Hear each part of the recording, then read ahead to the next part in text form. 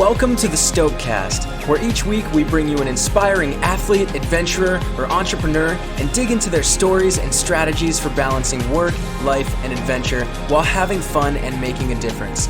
I'm Jonathan Ronzio. And I'm Emily Holland. Thanks for joining us today. Let's get to it.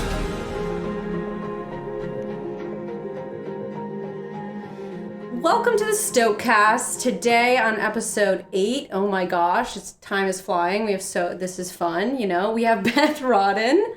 What is Beth Rodden to you, Jonathan? What is Beth Rodden to me? Who is Beth Rodden? I believe is the correct it's been a long day. Question. Yeah. Beth is a professional climber. She's a mother. She's an inspiration in the climbing community for sure. On her blog at bethrodden.com, she kind of talks about climbing, about kids and her family life, and about food and just like all things that she's excited about in that balance of just of what inspires her and what she thinks is worth inspiring others. And so today we kind of dig into a bit of a serious topic regarding some trials and really just some shit that Beth has really been through in her life, and we talk about, I don't know, it's a topic that probably isn't touched on enough in our space, but mental health. Yeah, I think that was awesome. And I think that Beth is a great example of being really open and self-aware about the things that you're going through, even looking back and saying, I understand why I was doing that now, or I understand I come out a better person, a better climber, better athlete, better mother, whatever it is. So I think it was a little bit more of a serious tone for us because we are quite jovial folks. But I think this was great because we got really deep with her, and I felt like she was really open, which she is in her sure. life. And we had fun with the conversation too. Talked about California fruit. Yeah, it's not all down. It's not all down. But no, it is. You're about to go on a little journey of personal transformation. Yeah. So please enjoy our interview with Beth Rodden.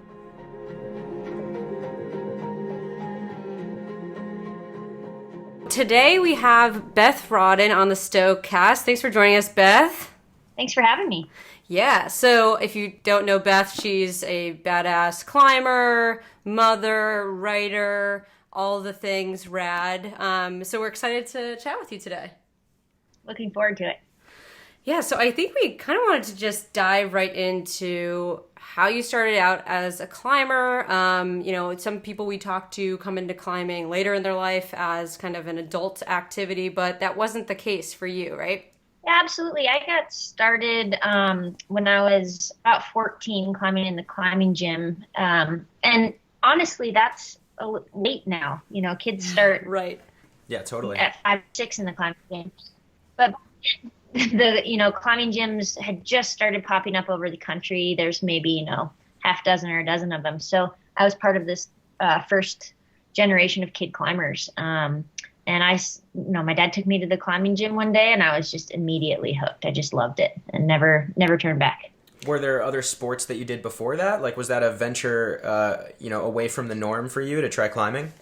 I was always an active kid, so I was always playing outside with the boys, and, most of my best friends were boys, and I was into sports like tennis and swimming, kind of traditional ones, but I'm pretty tiny, so I was pretty terrible at those, those kind of dependent sports. But so once I found climbing, it not only was better suited for my actual physical stature, but it created this, or it kind of awakened this self-drive in me. In other sports, typically you go and you have a practice time and you have a coach, and you have the coach telling you exactly what you're going to do that day. And then when your practice is done, you go home. But climbing back then, at least, it's completely different now. I could go to the gym whenever I wanted. I could stay as long as I wanted. I made up what I wanted to do there. And it really had this creativity aspect and this problem-solving aspect of it. And unfortunately, I feel like that's changing a lot in climbing now because there are coaches, there are practice times, and, you go into the gym and the kids are doing exactly what their coaches have told them. And so there's a little less of that. But for me, that's one of the huge things that drew me to climbing was that self-drive and that problem-solving and creativity aspect.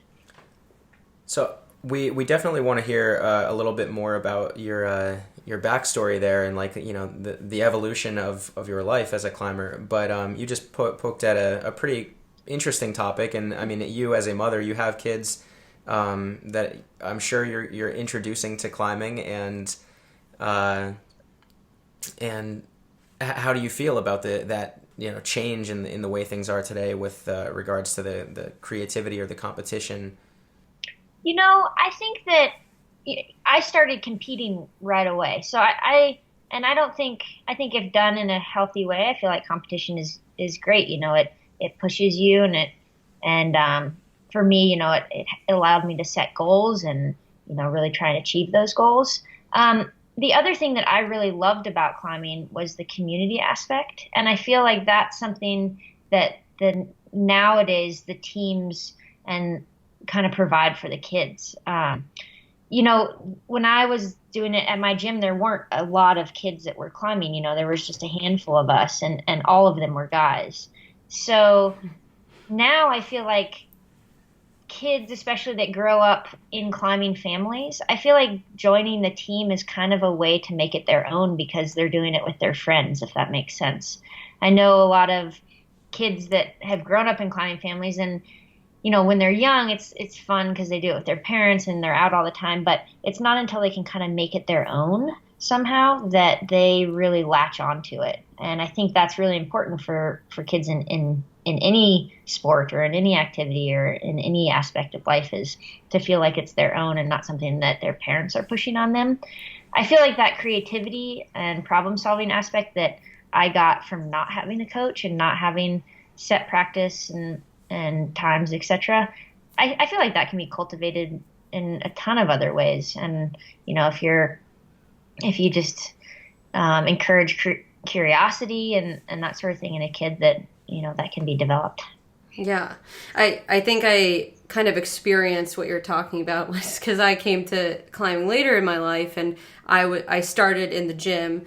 And then only after like a year and a half of climbing in the gym did I start going outside.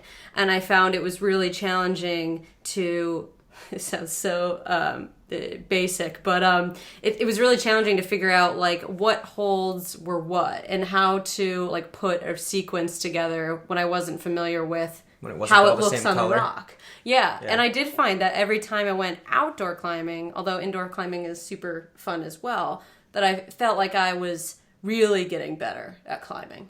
Like I was really pushing. Do you find that, Beth, too? Yeah, absolutely. I feel like outdoor climbing is just a whole different ball game, Yeah. Because there are no limitations and there are no constructs of like you can only use the red holds or you can only use the blue holds. Right. But honestly, gyms used to be a lot like outside climbing. Like old gyms used to have holds everywhere. Every T-nut was filled and only some of them were taped for roots, and the other ones you could make up your own problems. And that's, I would say 98% of my time spent in the climbing gym was making up my own problems. I'd go and I'd do the new routes and then I'd move on, but I actually liked making up my own routes better and having friends make up your own routes. And there are still other, gyms like Cats in Boulder, Colorado is like this amazing classic training facility, and they just have every T-nut filled where people go and, make their own problems. So I just feel like the big gyms, rightfully so, need to cater to the masses and cater to people who just want to come in and get that workout and, get on the blue route. And it is fun to climb, pre-made routes. But it's too bad that like it had to be lost altogether in a lot of the gyms where not every T-nut is filled anymore. But it's still there. You can still do it with going outside and climbing in the gyms and making up your own problems with what holds there are. You just have to, it's less part of the culture now, I feel like. So from an early age, did you see yourself just you're gonna be a professional climber? Was that the focus and the drive early on? I think it was a dream of mine, but I don't know. I don't know that I knew that it was attainable or whatnot, Mm-hmm. But just climbing consumed me. And so it was something that I just wanted to do at all times. And obviously like the walls in my bedroom were covered in posters and of all these climbers that I looked up to. So it was a dream of mine. I don't think it was until, I was getting closer to graduating high school that I thought it might become a reality. I like that you had posters of climbers when you were a kid, because I think I had posters of like Lance Bass from NSYNC, and so you were really self-driven from an early age, and I don't think that motivation is always there with kids. So it was the creative problem solving, and then being in the gym when you wanted to, and kind of having your own schedule to it, I guess, that drew you in. How were the teams? You said it was mostly boys that you were with, or how was the groups, I guess, the communities? Mostly boys that were climbing at that point? Yeah, there was, a handful of kids around my age, and they were all boys. But then the cool thing, too, about climbing is you can climb with anyone. So I climbed with a lot of adults, too. I climbed with a lot of people that had been climbing for decades, and they became my mentors, that would take me outside and kind of like teach me the ropes in the mountains and how to be a good steward of the land. So, that it was, a really tight-knit community, this little climbing gym that I grew up in. That's great. And did you find that, or how have you found since then? I know, one thing we hear a lot about is like when Lynn Hill was coming up, or, some of the more prolific younger climbers, or earlier climbers rather, that were women like yourself, there wasn't a lot of female role models, I guess, or people to be like, oh, I could do that too. And do you feel like that has shifted, and then there's more space for female climbers to be in open arenas now? Absolutely. I mean, when I was growing up, the amount of women climbers that I had access to have conversations with was really limited. It wasn't until, I got to meet people like Lynn Hill and Robin Erbisfield, and that I was able to really understand more what it was like to be a professional female climber. But nowadays, I feel like that's one of the great things about the climbing gym boom, is it has exposed climbing to such a huge variety of people and women. And there are so many amazing women climbers out there now that can provide that leadership and that role model to all these younger girls that are starting to climb. That's great. I mean, it's obviously good progress for the female side of things, and totally. I think just making a more equal playing field for everyone. Absolutely. Yeah. So with you, kind of, so you said that you were graduating high school, and that's when you started to feel like, man, this could be a real thing, a possibility to pursue this as a profession. What were the steps that you took to do that? Like, what had to happen or change in your life to for you to really go all in and make a name for yourself and turn that into a reality? It's not like something that maybe it happens in kind of more traditional sports where you're like, I'm going into the draft, or I'm going to be professional. Right. I'm going to the college team, and then I'm going to, go to the professional team. For me, when I was getting ready to graduate high school, I was kind of at this crossroads where, I was completely consumed by climbing. I was making a name for myself with, doing well in competitions and then doing some notable outside ascents. But I kind of grew up in this traditional family. My parents, were my number one supporters. They made it possible for me to travel to all these competitions and accompany me. But everybody in my family, went to college and got married right away, and got a job and did, quote unquote, the normal thing. So I actually applied to college and decided to enroll just because climbing professionally seemed pretty foreign to me. And I think that was because there weren't that many professional climbers in the United States at that time. There's probably, a dozen, and most of them were men. And so I just didn't understand the steps to make it happen, or how I would actually do it. And also I felt a little bit of an obligation to go to college and try it. So I went to UC Davis, and then during my semester there, all I thought about was climbing. And so I thought, oh man, and all I wanted to do was this one route. I wanted to try and, climb a 514. So I convinced my parents to let me take off like a semester of college, and I went up to Smith Rock, and I was able to do this route that I really wanted to. And while I was there, I met Lynn Hill, and she invited me to go on this climbing expedition, this all-female climbing expedition, which back then was really rare. Wow. To Madagascar. So rad, yeah. Yeah, it's amazing. I mean, it was like it was really surreal actually, because here's my climbing hero, and she saw me climb this route, and she's like, "Oh, we're looking for another person to go. Would you like to come?" And I actually couldn't believe that she was inviting me. But yeah, so just sorry to interrupt, Beth, but for those of the listeners that don't know who Lynn Hill are, which I'm sure there'll only be a few, but can you just talk a little bit about who she is and why she was your climbing hero? Yeah, Lynn is, in my opinion, and I would think a lot of people's opinions, one of the most influential climbers of all time. She was, came up in the era of, hard man Yosemite climbing. She was always keeping up with the guys or outperforming them. She, did the first free ascent of the nose of El Capitan, which is arguably the most famous route in the world. Mm-hmm. And it wasn't repeated for nearly a decade. So it was just something, she's just always been, it seems like, at least 10 years ahead of her time.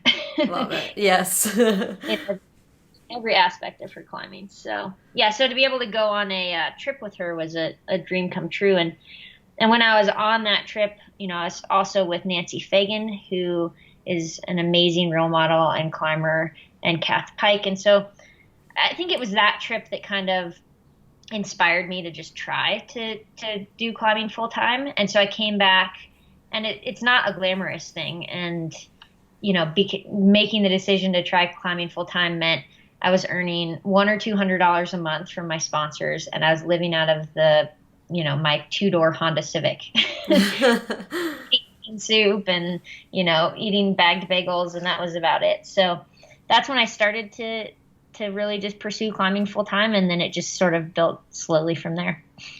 Yeah, that's certainly not the same correlation as somebody in the draft. No.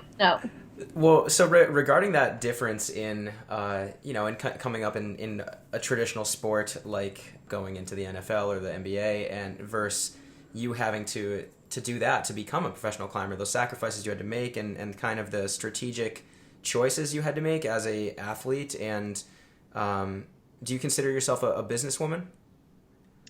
I think that climbing has definitely taught me how to work hard and pursue my goals. And I do think that's something that is built into me at an early age, but it has really cultivated that in me, because it's not just a path that it has a tunnel view to it.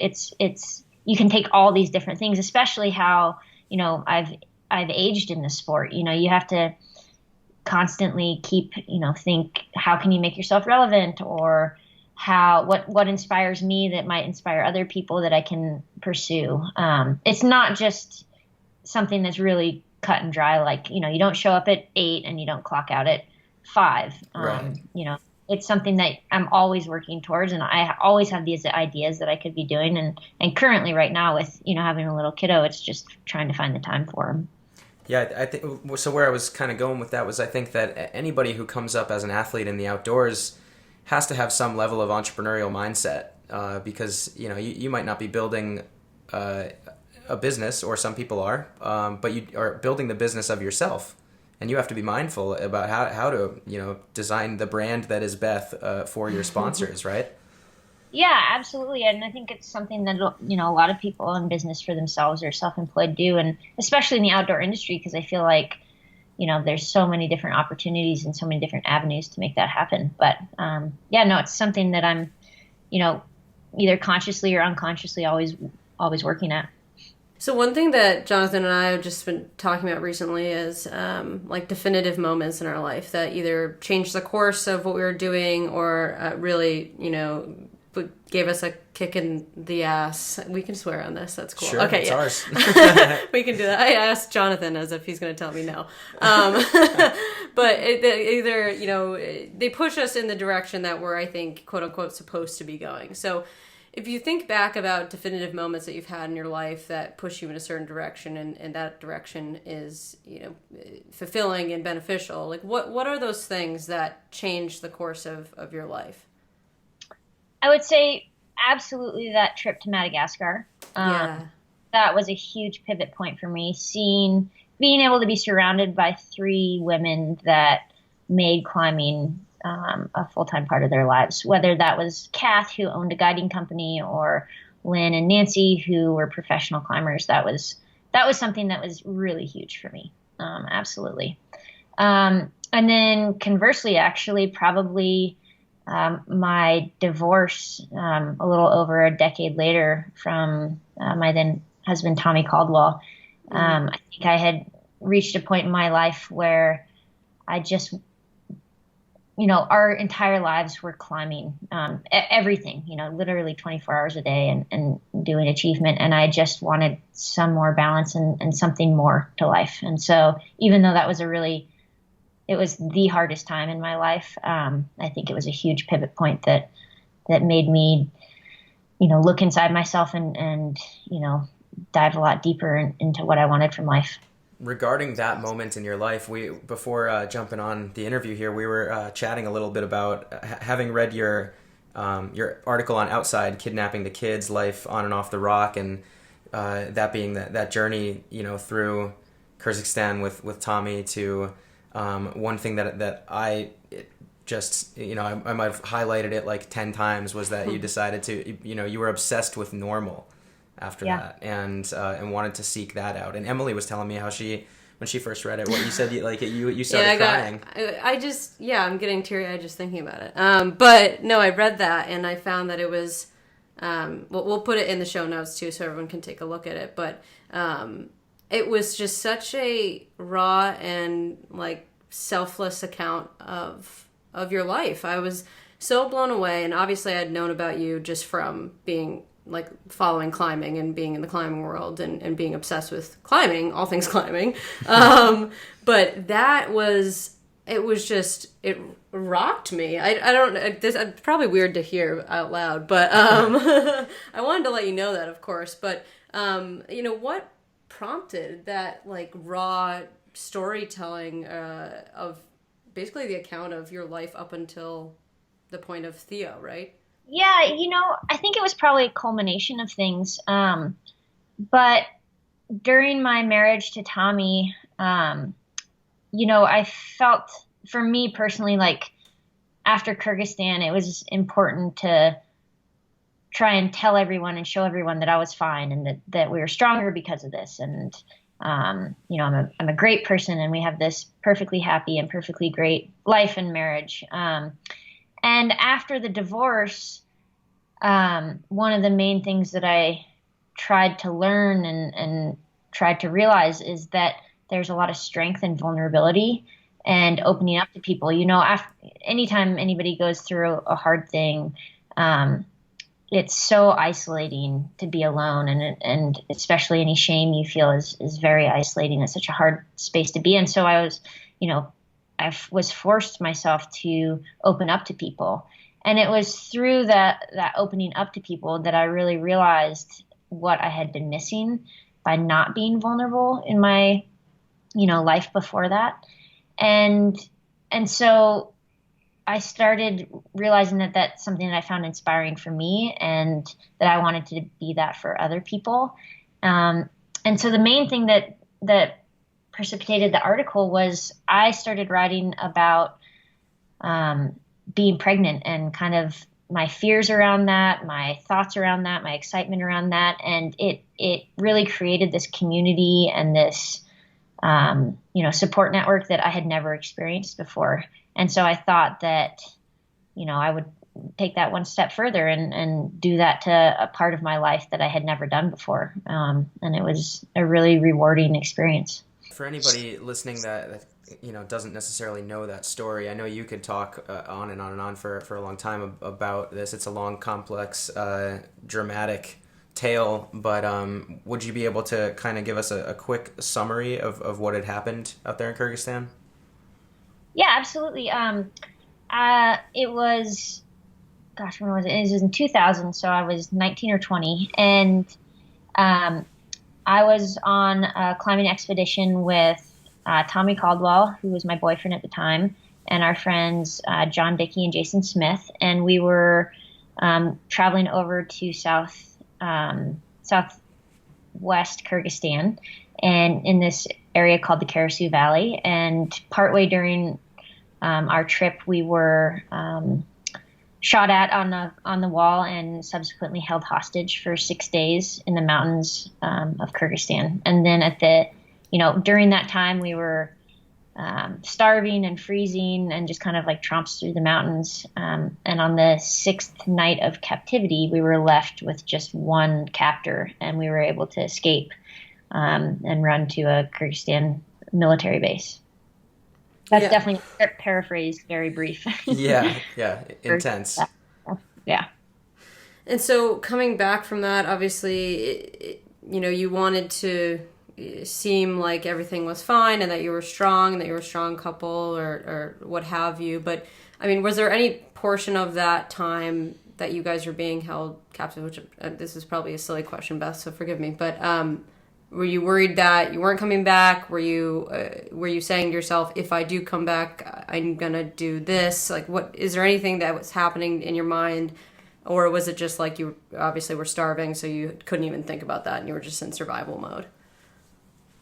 Yeah, I mean, probably a little of everything, but for the most part, we were in survival mode, and we were split up during the days. So I was with John during the day, and Tommy and Jason were together, and we would hide every day so the Kyrgyzstan military wouldn't see us. But I think John and I, mainly talked about what we were going to do when we got home. And I don't know if that was like a conscious decision or if it was something more of a survival instinct, just like that's what kept us going. Obviously, I did, I only thought about my parents. And I never once thought about climbing, which was crazy to think about at that time because, I'd lived and eat and breathed climbing just my entire teenagehood. So, but I don't know if we ever really let our minds go to, well, we're probably not going to make it, so we should start thinking that way. There was definitely a time, there was a specific moment during the kidnapping or the captivity that I was, I felt like just giving up. We hadn't eaten more than 100 calories a day for 4 or 5 days, and we were hiking in the mountains. It was like 12,000 feet, and I was freezing. And I remember just falling down on this trail that we were on, and I just wanted to give up. I was just like, well, I have nothing left, so you should just leave me here. But the boys kind of like picked me up, and then I kept on going.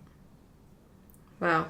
I think that's kind of crazy that it's not crazy that you didn't think about climbing, but probably pretty indicative of what you went through when you came back, where you really wanted to just have like a normal life, and not think about climbing and not have to be this like strong person for others around you. Yeah, was it tough to go back on another expedition somewhere after that? Yeah, honestly, it was absolutely tough. So just a few months later, like 4 months later, at the time, I was a North Face athlete, and it was a North Face expedition, and their whole thing, which is a fantastic marketing tool, and it really inspires people, is showing their athletes in these beautiful places doing these amazing things. And so they asked me to go to Thailand just like 3 months later. And, I went because, I wanted to do the right thing. And, I was like, well, climbing surely will fix this because, climbing can fix everything. But it was on that expedition, or it wasn't even an expedition, but it was on that trip that I realized that I didn't have the emotional strength to do that anymore. So I ended up leaving the North Face shortly after that, just because I couldn't, make myself or bear to go on these trips to these far off countries, because there's so much that I needed to deal with psychologically. And I just, didn't have the strength at that time to do it. How long did it take you to kind of decompress and, and be able to move forward? Oh, I mean, I feel I didn't start going to therapy really until after Theo was born. So I definitely like put Kyrgyzstan in, a compartment and just like shut it deep inside me. And I didn't re-examine it for, almost 15 years. Wow. So for anybody listening who might be going through any kind of struggles or is psychologically stuck somewhere, do you have, now you've started going to therapy, and do you have any advice for somebody? Yeah, I mean, I think that making that phone call and just admitting to yourself that it might help to talk to somebody was the hardest part for me. I think because I had for 10 years, for basically when I was with Tommy, I had convinced myself and convinced everybody else around me that I was stronger because of Kyrgyzstan and that I was totally fine, and that, because I was accomplishing all these great things in climbing that clearly I wasn't affected by it. But it wasn't until I started talking about how it was, it was like creeping into my life a little bit, that my husband, Randy, said, maybe this is something that, you could talk to somebody about and you could work through. And at first I was so angry at him. I was like, what do you know? You weren't there. You have no idea the pain it's caused me. And I'm totally justified in my actions and my opinions and how I feel. But it wasn't until I saw how it was affecting how I was parenting with Theo that was kind of like the wake up call for me. And so I would say to anybody that, it's not going to, it's going to be difficult, but I think that you'll be surprised at how strong you can become and how much progress you can make. Beth, do you feel like even the first step of making that call is like almost like a weight lifted off your shoulder? Making the call or the scheduling the appointment is like, wow, okay, I'm putting in some work on myself. It's like a weight, right? Yeah, no, it's definitely like a huge step forward, and it's a huge thing. It's like, well, at least I've done that. I've taken the first step. Yeah, and I think that a lot. I mean, we've spoken to a few athletes at this point, and just, I mean, in our own communities, I don't know that the mental aspect of health is really touched upon as much as it should be. And obviously, you had additional trauma, but just in general in the athlete space, do you feel like that athletes could benefit from more open discussion and dialogue around mental health? Absolutely. I feel that especially in the outdoor industry, at least when I was growing up, or at least in the climbing community when I was there, it was such a conquering mentality, if that makes sense. Mm-hmm. It's like you get to the top of the mountain and you conquer it. And if you don't, then you failed or you were too weak or something happened, right? Mm-hmm. And so I feel that, life is way more gray than that. And I feel that it's okay to talk about and, discuss hard emotions or fears or whatnot. It's a totally natural thing to have fear, and it's something that I don't think that we need to cover up and think that we can just, be stronger than. I think it's something that we should learn from. So I feel like absolutely in our little climbing world that it needs to be talked about more, and it could really help people. Yeah, it's certainly something that I feel. I mean, some of the bigger expeditions that I've planned and marketed or really hyped up and then gone, and if it doesn't work out because of one, a weather window or logistical or money or whatever, and it's a blow to the ego, and that because we're conditioned to think like you have to get the summit, right? It's not success without the top, or Exactly. or also the vagabond lifestyle is romanticized in the outdoor industry, and yet at the same time on the other side of the coin, somebody's out there sleeping in the back of their car on the road alone. It's a lonely life.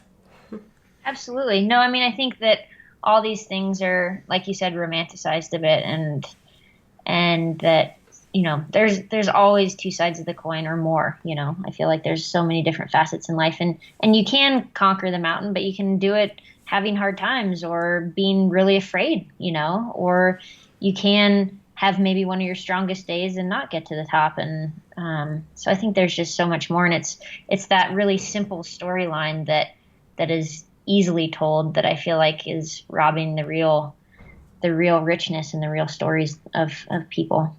So speaking of fear, I mean, well, some people who don't climb might think that climbing is very scary, which it can be, but are there things that you've employed during your career as a climber and then going away from it and then coming back? Are there things that you've worked on as far as your fear mindset and your risk mindset when you're actually doing the action of climbing? What kind of tactics do you use to combat those types of fears?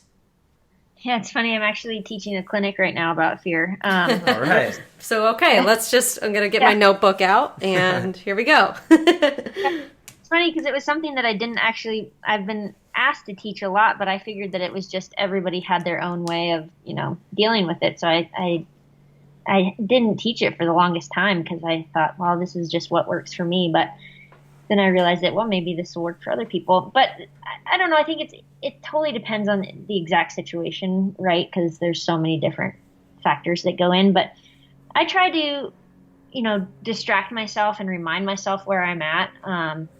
And, if I'm really caught in a mind loop of something, then I'll start singing and to distract myself. And any song, or do you have like a go-to song Is it on Lion King? no, for whatever reason, I always start to sing like a Bob Marley song, like everything's going to be all right or something like that. That's the perfect person you want to Yeah. emulate while you're. Yeah. And there's no real reason. It just kind of comes into my mind. So, but yeah, and I think that's something, I've talked to other climbers and, they'll do something physical, like they'll look left and they'll look right to kind of get themselves out of that mindset. So I think it's, it's kind of a distraction thing or a, diversion from having your mind spin. And then just also remind yourself of where you are and, that the gear has you and that you're capable of this. Yeah, I think the experience too. It's like, well, you've done this a couple times, or you've worked really hard to train up until this point. So now, like, talking yourself in that way too, I think is. Do you use those as well? Like, hey, you've done this before, or you can do it because you know how to do it. Yeah, absolutely. You're strong enough. You're capable, and I think like positive reinforcement. Honestly, it's a lot like parenting. Like if a kid's having a tantrum, you like try and distract them and divert their attention a little bit. You might want to yell at them more, but that's not actually going to work. Parenting yourself on the wall. Exactly. With Beth Rodden. Beth's next book. Yeah, there you go. Well, so about your life now as a parent. So you're remarried. There's Randy and Theo, and so now you are balancing this life as a mom and a professional climber. Like how do you achieve that balance as far as pursuing the big goals and the big climbs and staying relevant in that space while also giving time and attention to the people you love? I mean, it's a great question. I don't think I have yet found the answer. I think it's all balancing for me. And for right now, I'm like not pursuing huge climbs just because, I want to spend this time like before Theo starts school with as much time as I can with him. And also, just trying to find my balance on what is inspiring to me right now. And obviously like every parent and every mom is different. And right now I think I can find, just as much challenge as I need climbing smaller routes and smaller objectives, than, leaving for weeks at a time or doing that sort of thing. So for me, we've been traveling as a family, internationally every year.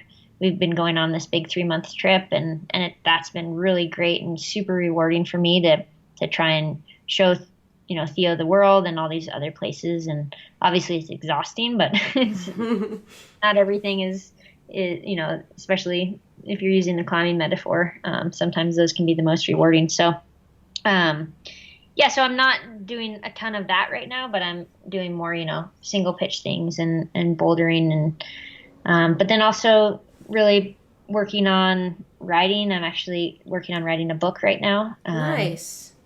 So yeah, I feel like there's a lot of challenges that you can do and, big routes aren't going anywhere and, I'm sure I'll have a lot more time later in life to pursue that.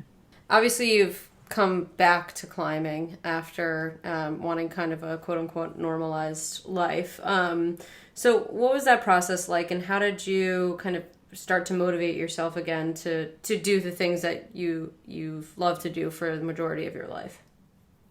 Yeah, I actually never left climbing. It was kind of the opposite in that during the divorce, I was so desperate to cling on to climbing and to have a little bit of my old life that I could call my own, that climbing became this, lifeline for me.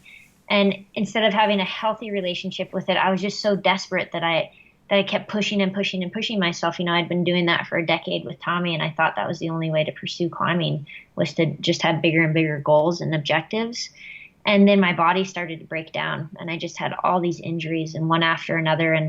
And because I was so desperate to keep climbing and keep climbing hard in my life, I didn't take the time to let them heal. And, emotionally, I was in a really hard space. And I think, obviously, the mind and the body are all connected. And so, I kind of spiraled downwards in that I saw my climbing ability go from, 514 and climbing some of the hardest routes in the world down to a very, beginner level at like 5'10", and then 5'8", and then 5'6", because I was just injured and injured and injured.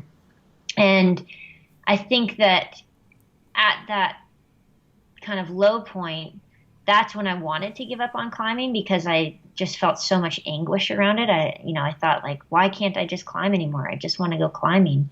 And I lost most of my friends around it, because most of my friends were also professional climbers, and, professional climbers didn't want to go out and climb 5'8" with me.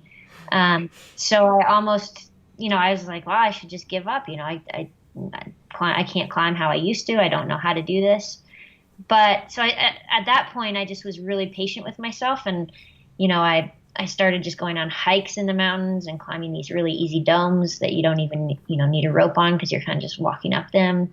And I realized that, I couldn't shake climbing from me. And I just learned how to get that true love of climbing back that I had when I first started climbing. And it had just been covered up by all this need for achievement and goals, that it kind of muddied my view of climbing. And so it was through the injuries that I really realized that, I could go out and climb 5'6" and have the same smile plastered to my face than I did, when I topped out a huge project. And I started climbing with people that went out and had a great time on, climbing 5'10", and I really learned to love it again. So I never actually left climbing. The injuries forced me to re-examine how I could incorporate climbing in my life if I couldn't climb hard again. And honestly, it's one of the greatest gifts I've had, even though at the time it was, I resented it and I hated it. I feel like those times are mostly the times that teach you the most in life. Yeah, I think that strategy could be applied to, anything you're doing in any aspect of your life. That sometimes the key to success is like stepping back and revisiting the fundamentals and rebuilding the foundation of why you had a passion or a drive in the first place. And so often we get too singular, like tunnel vision about one thing, and we just burn out trying to keep pushing. Exactly. I see it with so many of my peers in climbing that, once they can't be at the top and once they can't be doing bigger and bigger goals, they're kind of lost, and then they stop climbing because, they don't know where to take it from there. They can't go down. They can only go up. But I feel like climbing, it can provide so much, It's like one of the places we always go now as a family each year is this place called Fontainebleau in France. And you see,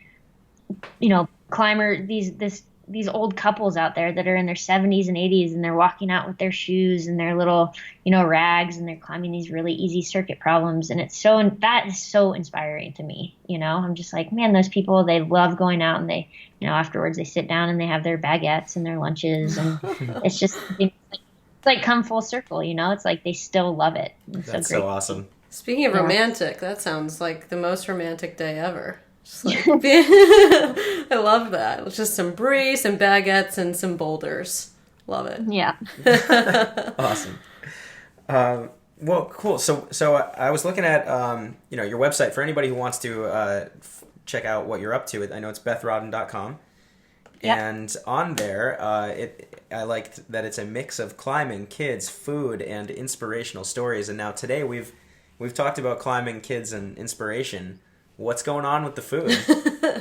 Oh man. Well, we just got back from our 3-month trip to Europe, so I'm just enjoying and like immersing myself in the bounty of California's summer produce. Yes. It's just so fantastic. I think we're so spoiled here in California, and I always forget that. But then every time we travel abroad or anywhere, actually, I'm like, man, we are really lucky. So just everything, anything like everything fresh. I mean, we go to the farmer's market and just fill our bags up with the colors of the rainbow. And right now the fruit is going off. So we've been kind of fruit binging on cherries and stuff. Do you follow any sort of strict diet plan, or is it just feed your body what it wants as long as it's fresh and natural, or like what's your take on kind of food and training and the relation? Yeah, it's been kind of an evolution, but for me, probably the biggest thing is to eat, sustainable, ethical food. So, if we're going to eat meat, then to know that it's been pasture raised and, it's not factory farmed and not, fed all these pesticides and things, and then trying to eat organic and try not to buy, we rarely buy bananas now. And that's something that I think as a nation that we don't really understand, but there's like 0 local bananas in the United States. So every banana travels a huge distance, and trying to really think about your carbon footprint. I think that, everybody buys food for every single day. And if we really want to shop with our dollars, then if we change how we eat and try to buy as local as possible and support the people that are treating the land as good as possible, then that's what I really think. And maybe that was a little bit of a preaching thing, but it's something I'm really passionate about. So, no, yeah. I think it's important. And it kind of, when you're going through your daily life, you might take convenience or price over organic and local, but it's a good reminder that just those small things can make a difference in the larger scale of things. I think it's huge. And especially with food, I think the United States has the lowest or one of the lowest percentages people spend of their income on food, because I think it's just been so ingrained in our society that we should be able to, go eat a Big Mac, which is this huge thing for, a couple bucks. But right. In reality, if you want to eat a hamburger, if you want to eat meat and that bread and stuff, it should cost you, a lot of money because it needs to be raised right. Right. Absolutely. Go ahead, yeah. Jonathan. No, Go ahead. I was just thinking that's perfect. Those are like no complicated, like have this, do this, like diet plan. It's just like, yeah, it's a perfect, simple principle. I love it. Yeah. Yeah. And obviously, like, I ebb and flow through that with certain things, but that's kind of like the foundation of how we buy food. Nice. So we try to ask most of our guests two kind of closing questions, I guess. One of which is, what are you most stoked about right now besides the California produce? And how do you define stoke, or what does it mean to you? Oh man, I guess right now I'm most excited about just being home in the Sierras and enjoying everything that has to offer. And then how I define stoke is, I think, just probably whatever gives you the passion and whatever you can, be most authentic to. I think that's going to give you the longest flame in whatever stoke that is. Otherwise that flame might dim throughout life, but as long as it's authentic and you're super passionate about it, that's where it's at. Nice. Awesome. I like that. Well, I'm like getting hungry and like craving fruit real hard right now. We don't have the same California produce in Boston, unfortunately. Actually, I just got back from Southern California and am also really like, you're just painting a picture of everything I want right now, which is just like delicious fruit in the Sierras. Definitely a little spoiled right now. Totally. Well, Beth, thank you so much for taking the time to chat with us on the Stokecast today. We really had a blast hearing your story and getting a little deep here. And so for anybody that does want to follow up, I did mention it's BethRodden.com, and also where are you at on social? I'm just at Beth Rodden on Instagram, and I rarely use Twitter, but I think it's the same at Beth Rodden, I think. And then Facebook, it's Beth Rodden Climb. Nice. All right. You'll see some great photos of your son Theo in beautiful places that you're climbing on your family adventures. So it's a great account to follow for motivation. Oh, thank you. Well, thanks again, Beth, and have a awesome rest of your day. Oh, it's been an absolute pleasure. Thanks for having me.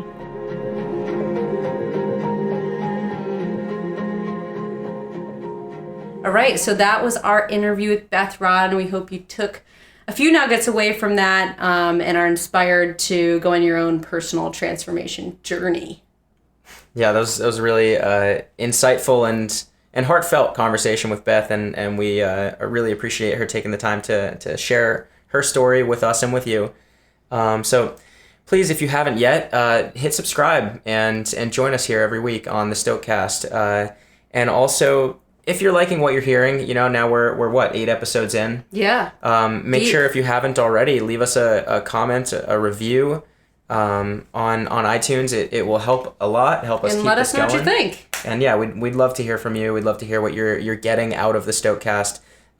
Specifically in this episode, one of the things we touched on was having the courage to to speak up if something's wrong, right? And if you have any thoughts on that, if something is really getting you down or psychologically keeping you captive, feel free to reach out to Emily or I. We're always willing to chat. Yeah, absolutely. We really appreciate you guys tuning in every week. And like Jonathan said, please feel free to reach out to us and give us your feedback or your thoughts. And we welcome an open dialogue around that. So please continue to listen. If this is interesting to you, we think it's interesting. Next week, we will have ultra trail runner Joe McConaughey. Thanks so much for tuning in. I'm Emily Holland. And I'm Jonathan Ronzio. We'll catch you next week with another episode of the Stokecast.